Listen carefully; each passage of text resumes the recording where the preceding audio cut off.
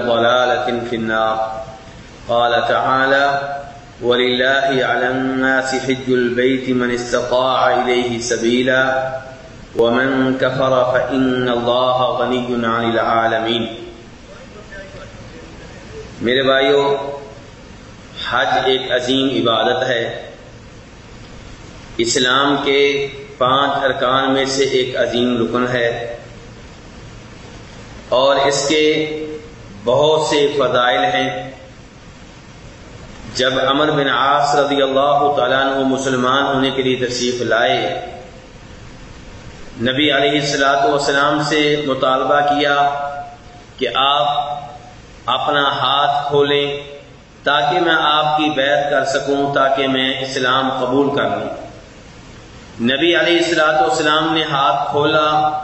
عمرو بن عاص نے اپنا ہاتھ پیچھے کھینچ لیا. نبی علیہ السلام نے فرمایا: عمر یہ کیا؟ کہا: اللہ کے رسول علیہ السلام، مسلمان ہونا چاہتا ہوں لیکن ایک شرط ہے. شرط یہ ہے کہ اسلام قبول کر لینے کی وجہ سے میرے پہلے سارے گناہ ختم ہو جائیں، ایک نئی زندگی کا آغاز ہو. تو نبی علیہ السلام نے اس موقع پہ فرمایا تھا: عمر، کیا تمہیں یہ بات معلوم نہیں ہے کہ اسلام قبول کر لینے سے پہلے سارے گناہ ختم ہو جاتے ہیں اور حج کر لینے سے بھی پہلے سارے گناہ ختم ہو جاتے ہیں. امام بخاری امام مسلم دونوں روایت کرتے ہیں نبی علیہ السلام سے کہ آپ نے فرمایا: من حج ھذا البیت، کہ جس نے بیت اللہ کا حج کیا اور حج کے دوران بیگم سے تعلقات قائم کرنے سے دور رہا، گناہوں سے دور رہا، تو حج کے بعد گناہوں سے ایسے پاک صاف ہوگا جیسے اس دن گناہوں سے پاک صاف تھا جس دن اس کی ماں نے اسے جنم دیا تھا. میرے بھائیو، حج کے یہ فضائل تبھی حاصل ہو سکتے ہیں جب ہم حج صرف اللہ کے لیے کریں، اللہ کو راضی کرنے کے لیے، اللہ کے قریب ہونے کے لیے، اللہ سے اجر و ثواب لینے کے لیے، اللہ کی جنت حاصل کرنے کے لیے، اللہ کے عذاب سے بچنے کے لیے. جب ہم حج کریں گے اور مقصد یہ نہیں ہوگا کہ میرے نام کے ساتھ حاجی کا لفظ لگ جائے، مقصد یہ نہیں ہوگا کہ میں گاؤں میں یہ کہہ سکوں کہ میں نے اتنے حج کیے ہیں، بلکہ مقصد صرف یہ ہے کہ رب راضی ہو جائے. اور دوسرے نمبر پہ حج نبی علیہ السلام کے طریقے کے مطابق ہو، تب یہ فضائل حاصل ہوں گے. اگر حج اللہ کی رضا کے لیے نہیں ہے، شہرت حاصل کرنے کے لیے ہے، اظہار فخر کے لیے ہے، حاجی کا نام اپنے نام کے ساتھ لگانے کے لیے ہے، یا حج کسی مخصوص مسلک کے مطابق ہے، نبی علیہ السلام کے طریقے کے مطابق نہیں ہے، تو میرے بھائی ایسے فضائل خطرے میں پڑ جاتے ہیں. فرمایا اللہ تبارک و تعالیٰ نے سورہ کہف کے آخر میں: فمن كان يرجو لقاء ربه فليعمل عملا صالحا ولا يشرك بعبادة ربه احدا. کہ جس کو اس بات کا یقین ہے کہ میں نے ایک دن رب کے سامنے پیش ہونا ہے، میرا حساب کتاب ہونا ہے، جزا سزا کے نظام سے میں نے گزرنا ہے، اس مرحلے سے میں نے گزرنا ہے، تو اسے چاہیے کہ جب بھی عمل کرے تو درست عمل کرے، یعنی کہ نبی علیہ السلام کے طریقے کے مطابق، اور اس عمل میں، اس عبادت میں اللہ کے ساتھ کسی اور کو شریک نہ ٹھہرائے. حج کے طریقے کا آج بیان ہوگا. اس سے پہلے چند باتیں ذکر کرنا چاہوں گا. پہلی بات وہی کہ میرے بھائی، حج کا فائدہ تب ہوگا جب آپ اللہ کے لیے حج کریں گے اور شرک سے دور رہیں گے، کیونکہ شرک ایسا قبیح عمل ہے کہ اس سے سارے نیک اعمال ضائع ہو جاتے ہیں. اللہ تبارک و تعالیٰ نے 7ویں سپارے میں سورہ انعام میں بہت سے انبیاء کرام علیہم الصلوۃ والسلام کا ذکر کیا اور پھر فرمایا کہ وَلَوْ أَشْرَكُوا لَحَبِطَ عَنْهُمْ مَا كَانُوا يَعْمَلُونَ کہ اگر یہ شرک کرتے تو ان کی ساری محنتیں ضائع ہو جاتی، ان کی نمازیں ضائع ہو جاتی، ان کی دعوت توحید ضائع ہو جاتی، ان کے نیک کلمات ضائع ہو جاتے۔ شرک کی وجہ سے ساری محنت برباد ہو جاتی۔ بلکہ اللہ تعالیٰ نے نبیوں کے امام جناب محمد صلی اللہ علیہ وسلم کو مخاطب کر کے کہا کہ لئن اشرکت لیحبطن عملک، کہ اگر آپ بھی شرک کریں گے تو آپ کے بھی سارے نیک اعمال ضائع ہو جائیں گے۔ ہم یہ سوچے رہ جاتے ہیں کہ میں تو شرک نہیں کرتا، میں نے کبھی کسی مورتی کی پوجا نہیں کی، میرے علاقے میں کوئی لات نہیں ہے، کوئی عزا نہیں ہے، کوئی ہبل نہیں ہے۔ میرے بھائی اہل مکہ کے شرک کے اوپر غور کریں تو آپ کو پتا چلے گا کہ ان کا شرک شفاعت والا بھی تھا، وسیلے والا بھی تھا اور سیڑھی والا بھی تھا۔ کیوں پوجا کرتے ہو لات کی؟ کیا لات ایک بت تھا؟ نہیں، لات کان رجلا، بخاری شریف کے الفاظ ہیں جناب عبداللہ ابن عباس کے کہ یہ ایک آدمی تھا، بزرگ تھا، نیک تھا، فوت ہوا، اس کے نام پہ یادگار قائم کر لی گئی۔ اب جب وہ اس یادگار پہ آتے تھے تو وہ اتنے بیوقوف نہیں تھے کہ اس پتھر کو پکارتے ہوں، وہ سمجھتے تھے کہ اس پتھر کے پیچھے ایک شخصیت ہے، جیسے آج کے کلمہ پڑھنے والے مسلمان قبر پہ آ کے قبر والے کو پکارتے ہیں، اور اگر انہیں روکا جائے تو کہتے ہیں کہ ہم قبر کو نہیں پکارتے، اس کے پیچھے ایک شخصیت ہے۔ اس کو قرآن پاک نے شرک قرار دیا ہے۔ یہ کہنا کہ اللہ ڈائریکٹ میری سنتا نہیں، وسیلے کی ضرورت ہے، سیڑھی کی ضرورت ہے، جیسے بادشاہ سے ملنا ہو پہلے سیکرٹری کے پاس جائیں گے، کلرک کے پاس جائیں گے، منشی کے پاس جائیں گے، ایسے ہی اللہ کے پاس پہنچنا ہو تو بزرگوں سے رابطہ کرنا ہوگا۔ بزرگ بھی وہ جو قبروں میں پڑے ہوئے ہیں، جو فوت ہو چکے ہیں، جن کے بارے میں قرآن کہتا ہے کہ وَمَا أَنْتَ بِمُسْمِعٍ مَّن فِي الْقُبُورِ، کہ جو قبر میں چلا گیا اسے آپ اپنی آواز نہیں سنا سکتے، جن کے بارے میں قرآن کہتا ہے کہ وَهُمْ عَنْ دُعَائِهِمْ غَافِلُونَ، تمہاری دعا سے غافل ہیں، بے خبر ہیں، انہیں پتہ ہی نہیں کہ ہم سے کون مانگ رہا ہے، کیا مانگ رہا ہے، کون قبر پہ آیا ہے، کس لیے آیا ہے۔ تو میرے بھائی، یہ فوت شدہ لوگوں کو اس لیے پکارنا کہ اللہ سے لے کر دیں گے، بیٹا اللہ سے ملے گا لیکن ان کے ذریعے ملے گا، یہ صاف صاف شرک ہے۔ والذین اتخذوا من دونه اولیاء ما نعبدهم الا ليقربونا الى الله زلفى ويقولون هؤلاء شفعاؤنا عند الله، یہ آیتیں جو میں نے پڑھی ہیں یہ بتا رہی ہیں کہ یہ وہی شرک ہے جو اہل مکہ کیا کرتے تھے۔ جب انہیں شرک سے روکا جاتا تھا کہ لات کی عبادت کیوں کرتے ہو، کہتے تھے کہ یہ ہمارا سفارشی ہے اللہ کے ہاں، یہ اللہ سے لے کر دے گا، یہ اصل نہیں ہے، یہ اللہ کے قریب کرنے والے ہیں۔ تو میرے بھائی، اس لیے حج کرنے سے پہلے شرک سے توبہ طیب ہو جائیں۔ بزرگوں کا احترام اپنی جگہ پہ، لیکن بزرگوں سے مانگنا نہیں ہے، نہ ڈائریکٹ اور نہ یہ سمجھنا ہے کہ یہ اللہ سے لے کر دیں گے۔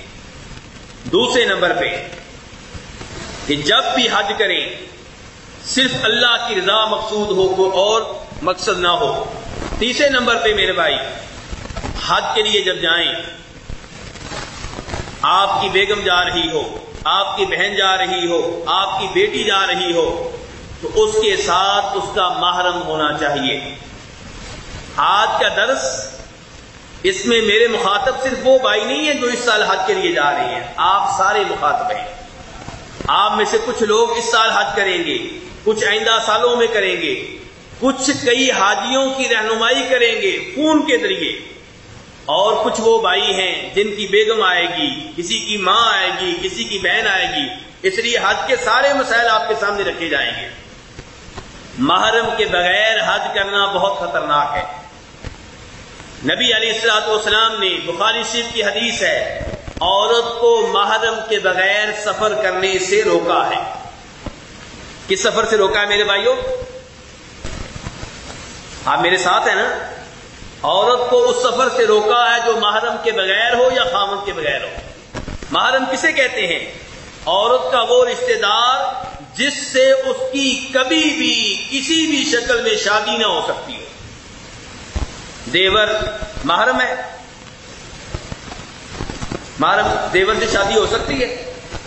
جی ہاں، خاوند فوت ہو جائے تو شادی ہو سکتی ہے۔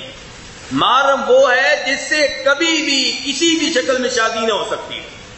باپ، بیٹا، بھائی، بھانجا، بھتیجا، چچا، ماموں، سسر، اس طرح کے جو لوگ ہیں یہ عورت کے محرم ہیں۔ تو عورت کو محرم کے بغیر سفر کرنے کی اجازت نہیں ہے۔ آپ میں سے کئی دوست یہ پلان کر رہے ہوں گے کہ میں اپنی بیگم کو حج پہ بلاؤں گا۔ کس کے ساتھ؟ جی میری پھپھو کا بیٹا آ رہا ہے۔ کس کے ساتھ؟ جی میرا بھائی آ رہا ہے۔ کیا آپ کا بھائی آپ کی بیگم کے لیے محرم ہے؟ بالکل نہیں۔ اور نبی علیہ الصلوۃ والسلام نے عورت کو محرم کے بغیر سفر کرنے سے روکا ہے۔ جب آپ نے روکا، ایک صحابی کھڑے ہو گئے، کہنے لگے اللہ کے رسول علیہ الصلوۃ والسلام، آپ عورت کو محرم کے بغیر سفر کرنے سے روک رہے ہیں، جبکہ میرا نام جہاد کے لیے لکھ دیا گیا ہے، میں نے جنگ میں شریک ہونا ہے، میرا نام رجسٹرڈ ہو چکا ہے، اور میری بیگم حج کے لیے جا رہی ہے، میں کیا کروں؟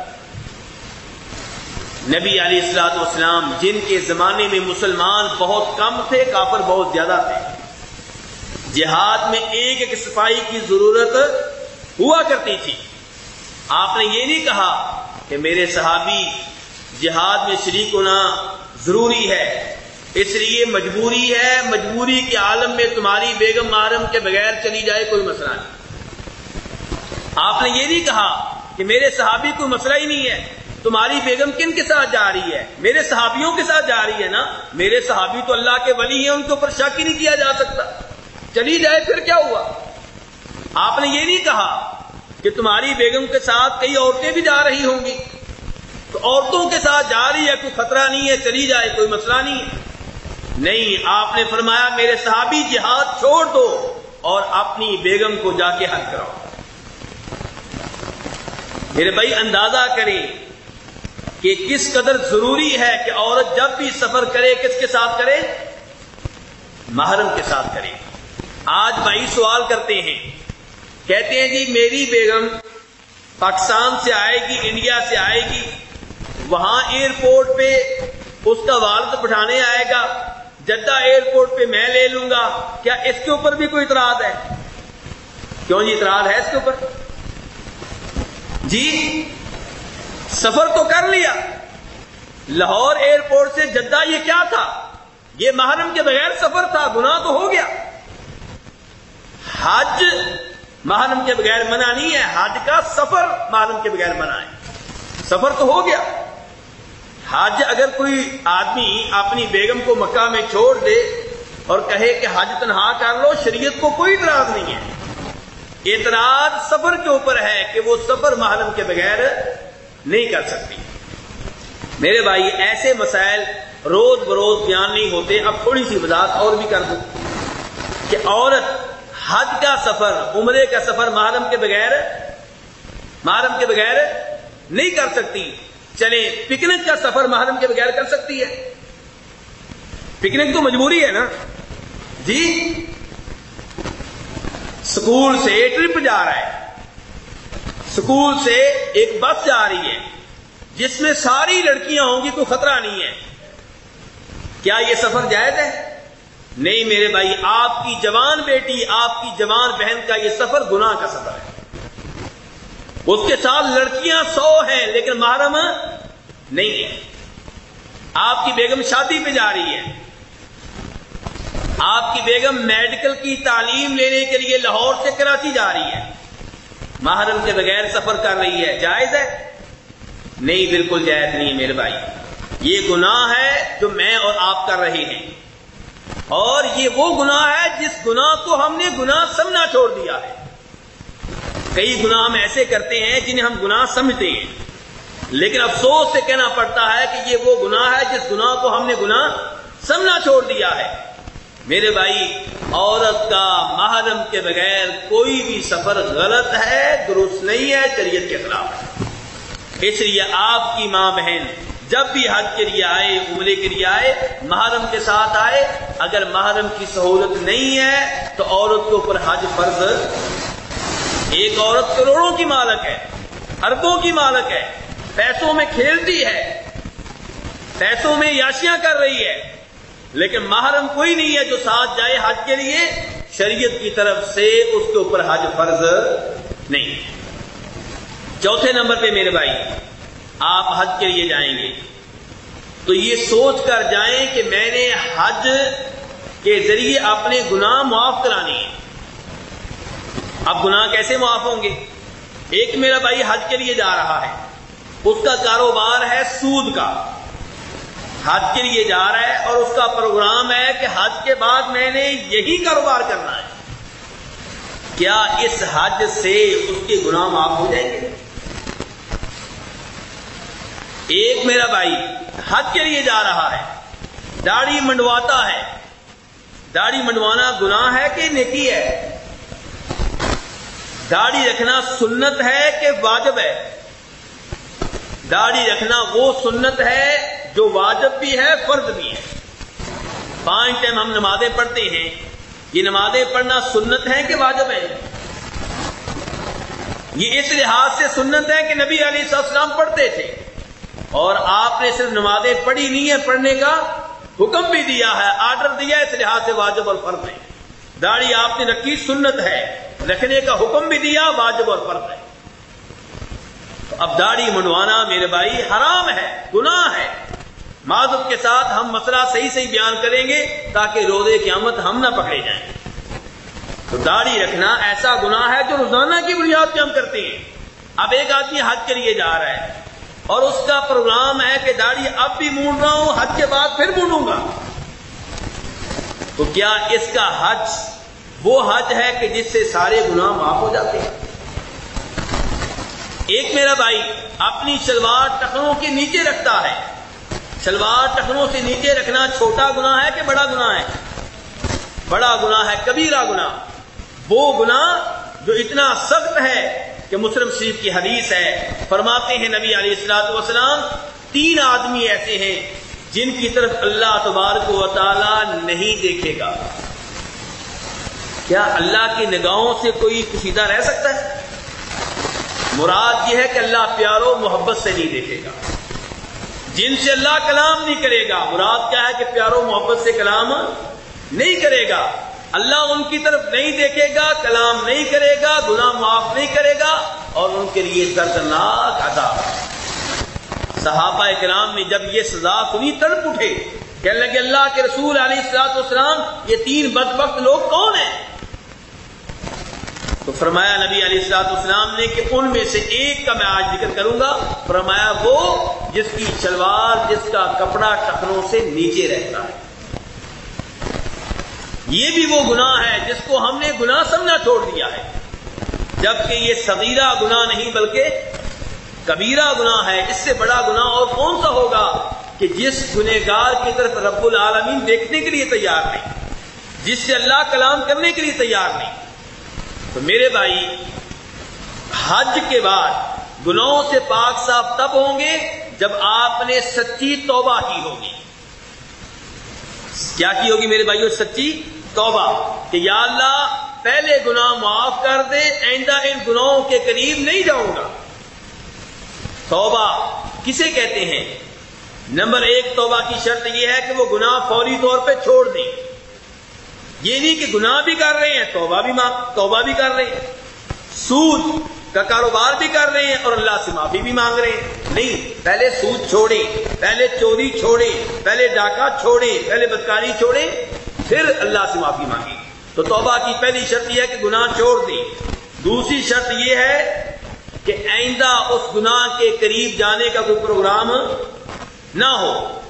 تیسرے نمبر پہ ان گناہوں کے اوپر شرمندگی ہو، یہ نہیں کہ گناہ بھی کیا ہے اور سمجھتے ہیں کہ میں نے کوئی جرم کیا ہی نہیں۔ گناہ کے اوپر شرمندگی ہے، کسی کو بتاتے ہوئے شرم آتی ہے، ورنہ کئی بھائیوں کو دیکھا گیا ہے قتل کیا ہے، اللہ سے معافیاں مانگی ہیں، اور ساتھ ساتھ جب موقع ملتا ہے اپنے پڑوسیوں کو دھمکی دیتے رہتے ہیں، میں نے اتنے قتل کیے میں بچ جا مجھ سے۔ اس کو شرمندگی ہے گناہ کے اوپر؟ کوئی شرمندگی نہیں ہے، یہ تو فخر کر رہا ہے، یہ تو دھمکیاں دے رہا ہے، کوئی شرمندگی نہیں ہے۔ شرمندہ وہ ہوتا ہے جو گناہ بتاتا نہیں ہے، شرمندہ ہے کہ میں نے اتنے بڑے پاپ کیے ہوئے، اتنے بڑے گناہ کیے ہوئے۔ تو میرے بھائی اس لیے حج کے یہ فضائل اس کے لیے ہیں جو سچی توبہ کر کے جائے کہ حج کے موقع پہ میں نے اپنے گناہ معاف کرانے ہیں اور آئندہ میں نے ان گناہوں کے قریب نہیں جانا۔ ہماری صورتحال تو یہ ہے کہ حج پہ جاتے بھی ہیں تو گاڑی منڈوا کے اور واپس آ کے بھی پہلا کام یہی کرتے ہیں۔ یہ کون سا حج ہے؟ اور میرے بھائی حج سے پہلے جو گزارشات کر رہا ہوں ان میں سے ایک گزارش یہ ہے کہ مسجد حرام میں، مسجد نبوی میں آپ نمازیوں کے سامنے سے نہ گزریں۔ نمازی کے سامنے سے گزرنا غلط ہے۔ نبی علیہ السلام فرماتے ہیں، بخاری شریف کی حدیث ہے کہ اگر نمازی کے سامنے سے گزرنے والے کو معلوم ہو جائے کہ نمازی کے سامنے سے گزرنا کتنا بڑا گناہ ہے تو 40 دن کھڑا رہے یا 40 مہینے کھڑا رہے یا 40 سال کھڑا رہے، نمازی کے آگے سے نہ گزرے۔ یہاں میں نے اس مسئلے کا ذکر کیوں کیا؟ کیونکہ لوگ یہ سمجھتے ہیں کہ مسجد حرام میں گزرنا جائز ہے۔ یہاں آج کے درس میں یہ مسئلہ میں نے کیوں چھیڑا ہے کہ لوگ سمجھتے ہیں کہ مسجد حرام میں یہ جائز ہے، کوئی اس کی دلیل نہیں ہے۔ امام ابن سعد طبقات میں روایت کرتے ہیں کہ جناب انس ابن مالک رضی اللہ عنہ مسجد حرام میں آتے اور نماز پڑھنے سے پہلے وہاں سترے کا بندوبست کرتے۔ امام ابو ذرہ رازی تاریخ دمشق میں روایت کرتے ہیں کہ جناب عبداللہ بن عمر رضی اللہ عنہ مسجد حرام میں کعبہ شریف میں نماز پڑھ رہے ہیں اور کسی کو اپنے آگے سے گزرنے نہیں دیتے۔ اس لیے میرے بھائی اس کام سے بھی اجتناب کرنا ہے۔ میرے بھائی جب آپ حج کے لیے جائیں گے تو آپ لوگوں کا میقات کون سا ہے؟ اس کا نام کیا ہے؟ قبر المنازل، جسے آج کل السیل الکبیر کہتے ہیں۔